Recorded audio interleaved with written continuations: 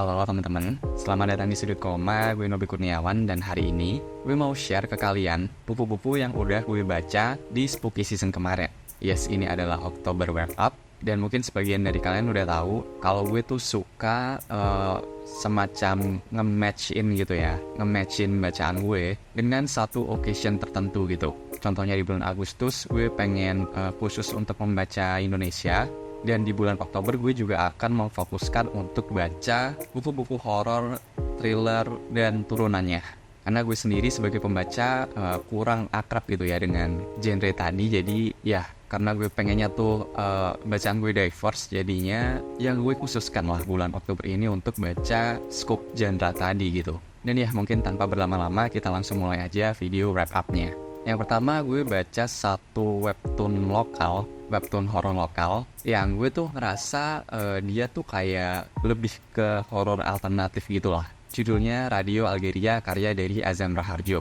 Kenapa gue bilang kayak tadi? Karena walaupun dia tuh horor lokal dan settingnya pun di Jogja sekitar tahun 2010-an, tapi gue ngerasa unsur lokalnya tuh sampai situ aja. Sedangkan untuk unsur horornya sendiri tuh menurut gue less konvensional dibandingkan dengan cerita-cerita horor lokal yang biasa kita konsumsi. Dia tuh ada ngangkat subgenre horor kayak body horror, cosmic horror. Sebenarnya yang supernatural juga ada sih, tapi bukan yang kayak hantu-hantu folklore-nya kita gitu ya. Nggak yang Mbak Kunti atau The Jumping Candy gitu. So ya, selengkapnya gue udah bikin video pembahasan khususnya dari komik satu ini, jadi bisa ditonton aja di sana. Dan kalau kalian penasaran sama judul horor lain dari Azam Raharjo, gue juga udah pernah bikin video pembahasan yang ada yang mati di sini. Itu juga bagus banget. Dan ya kita langsung lanjut ke bacaan selanjutnya. Oke, next gue baca Jamin Jena. Kalau yang ini sih sebenarnya bukan bacaan horor ya. Nggak masuk ke dalam list lah. Gue tuh baca komik lokal satu ini. Oh ya, dia romance, drama, slice of life gitu yang grounded. Dan temanya tuh musik. Dia tuh kayak vokalis band gitu lah. Nah, gue baca satu komik yang gak masuk ke perhororan ini tuh di acara Komik Para 5 kemarin. Seperti biasa di sana ada bootnya komunitas yang gue juga beberapa kali ikut di dalamnya, yaitu komunitas baca komik lokal, dan kalian bisa baca komik lokal gratis di sana. Dan karena gue udah penasaran sama judul satu ini dari dulu dan di sana ada, akhirnya ya gue baca. Tapi to be fair, Jamin Jena ini nyeritain kisah dari tokoh karakter utamanya yang hidupnya tuh lagi berjalan dengan baik dari segi karir, romance, pertemanan, dan sebagainya. Dan di posisi hidupnya yang udah oke banget tadi, tiba-tiba datanglah si mantan dan dia harus bekerja dan bertemu lagi dengan dia gitu. So itu horor kan? Itu horor. Mungkin gue gak akan ngobrolin banyak soal komik satu ini karena di Komik Para 5 kemarin gue ketemu sama autornya, dan di sana dia ngomong kalau komiknya akan tamat di volume ketiga. Jadi mungkin kalau volume 3-nya udah rilis dan gue udah punya ke semua komiknya, udah beli sendiri komiknya, mungkin akan gue baca dan gue bahas lah setelahnya. So ya, ditunggu aja. Next gue baca satu novel kumpulan cerita dari Mas Sweta Kartika, yaitu Lewat Tengah Malam yang ganjil. Karena dia kumpulan cerita ya, jadi mungkin gue kurang bisa untuk merangkum ke semua kisahnya karena akan berbeda-beda. Yang jelas benang merahnya tentunya genre horor dan kisah-kisah lewat tengah malam. Kalau gue mau spesifikin gitu ya, feel-nya tuh gimana sih baca novel satu ini? Well, novelnya berasa horor yang lokal banget. Kliniknya tuh lokal banget, kayak pesugihan, tersesat di alam gaib, penggunaan ilmu hitam untuk memperkaya diri, nyari jabatan, dan sebagainya lah. So, feels-nya tuh lokal banget. So, kalau kalian lagi nyari rekomendasi kumpulan cerita horor, mungkin kalian bisa coba Lewat Tengah Malam satu ini. So, ya, kita langsung lanjut ke bacaan selanjutnya. Oke, next gue baca novel horor lagi, tapi bedanya dari novel sebelumnya, ini tuh full on satu cerita. Jadi bukan kumpulan cerpen. Dan dia tuh satu horor klasik yang menceritakan tentang satu entitas horor yang salah satu yang paling populer lah, yaitu Draculanya Bram Stoker. Gue udah bikin video pembahasan khususnya. Buku satu ini tuh jadi pilihan novel yang gue bahas di Halloween tahun ini. So, selengkapnya di video khususnya tadi kalian bisa tonton. Di sini gue pengen ngobrolin dikit aja Kalau kalian punya ekspektasi kita akan mengikuti kisah Dracula dari awal sampai akhir, kayak dia yang disorot gitu ya dari awal novelnya sampai kalian menutup bukunya, mungkin ekspektasi kalian akan patah sih. Kenapa? Karena buku satu ini tuh akan lebih berfokus ke teror yang dialami oleh para korbannya instead of kisah Draculanya itu sendiri. Dan itu gue suka sih, apalagi kalau dari POV para korbannya tuh mereka kan nggak tahu si Dracula tuh apa. Kalau kita mah tahu kan ya, dia vampir, salah satu tokoh vampir terbesar atau bahkan yang terbesar. Tapi ya sekali lagi para korbannya tuh nggak tahu, dan itu melahirkan satu bentuk teror, suspense yang oke banget sih. Gue suka banget. Bahkan beberapa aspek terornya tuh, terutama yang di kapal, kalau kalian udah baca, itu tuh berasa kosmik banget. Karena unsur the fear of the unknown-nya tadi tuh berasa banget lah. Ceritanya akan berasa chaptery atau berasa antologi gitu di bagian awal sampai pertengahan bukunya, karena kayak tiap korban gitu lah. Tapi menuju akhir bukunya akan saling menyambung, tokoh-tokohnya akan saling bertemu dan ya akan jadi satu cerita yang utuh di bagian akhirnya. So ya, Dracula by Bram Stoker, satu bacaan horor klasik yang wajib kalian coba. Oke, next, gue baca satu komik lokal lagi yang wah, ini tuh kelewat keren, kelewat bagus, kelewatan lah pokoknya.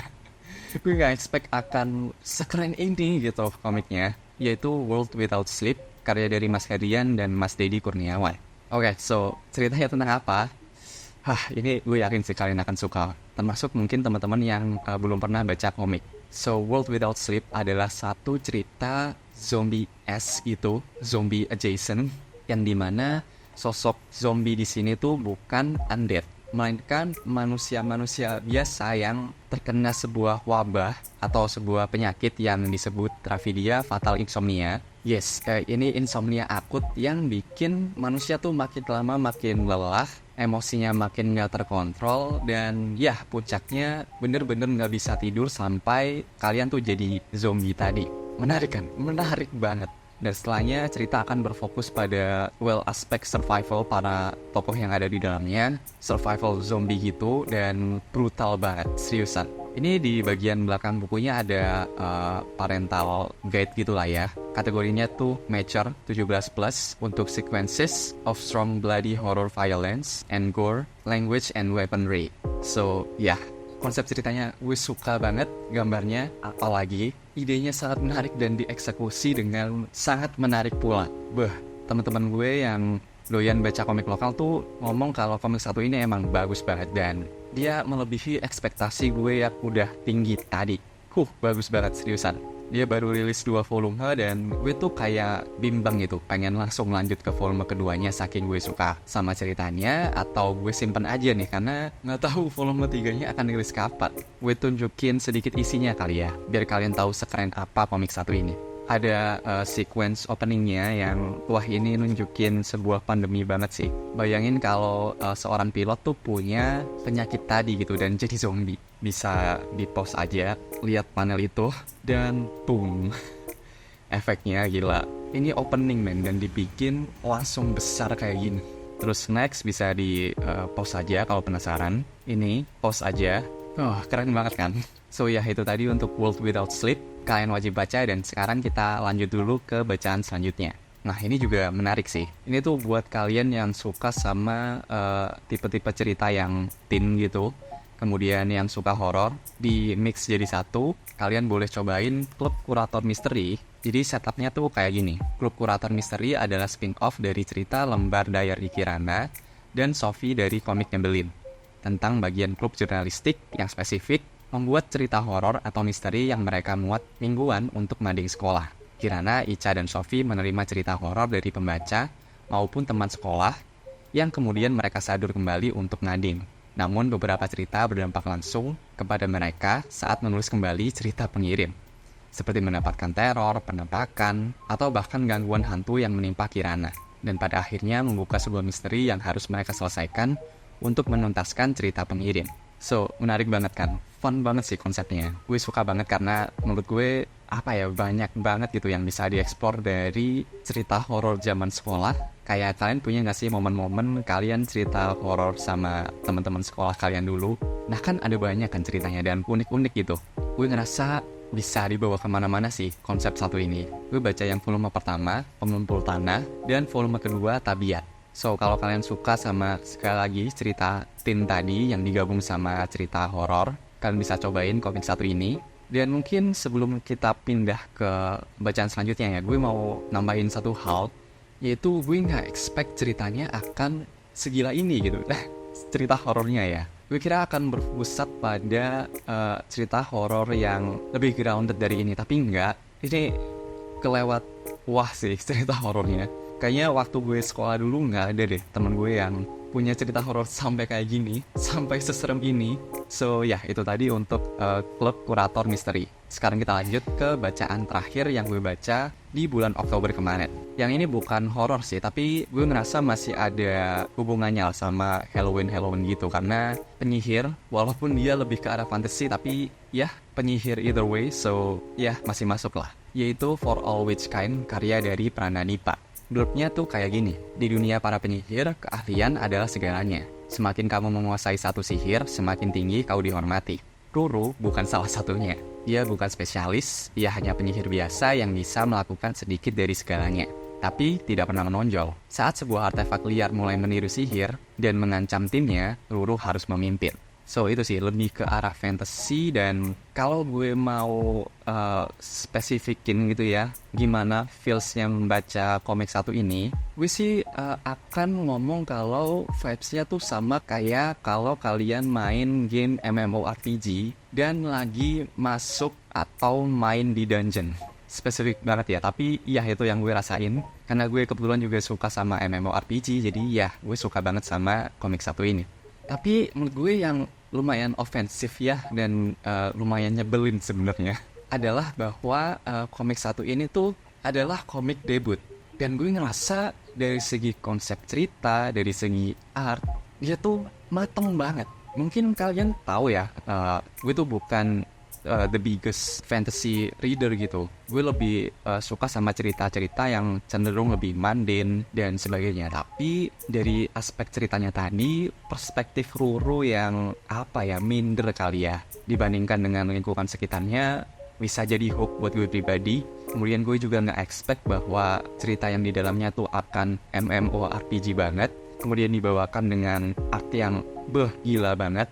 Kayak ini contohnya, bisa di pause aja. Style Jepang kayak gini tuh sebenarnya bukan preferensi gue pribadi ya, tapi gue tetap suka sih karena sekali lagi mateng banget gitu.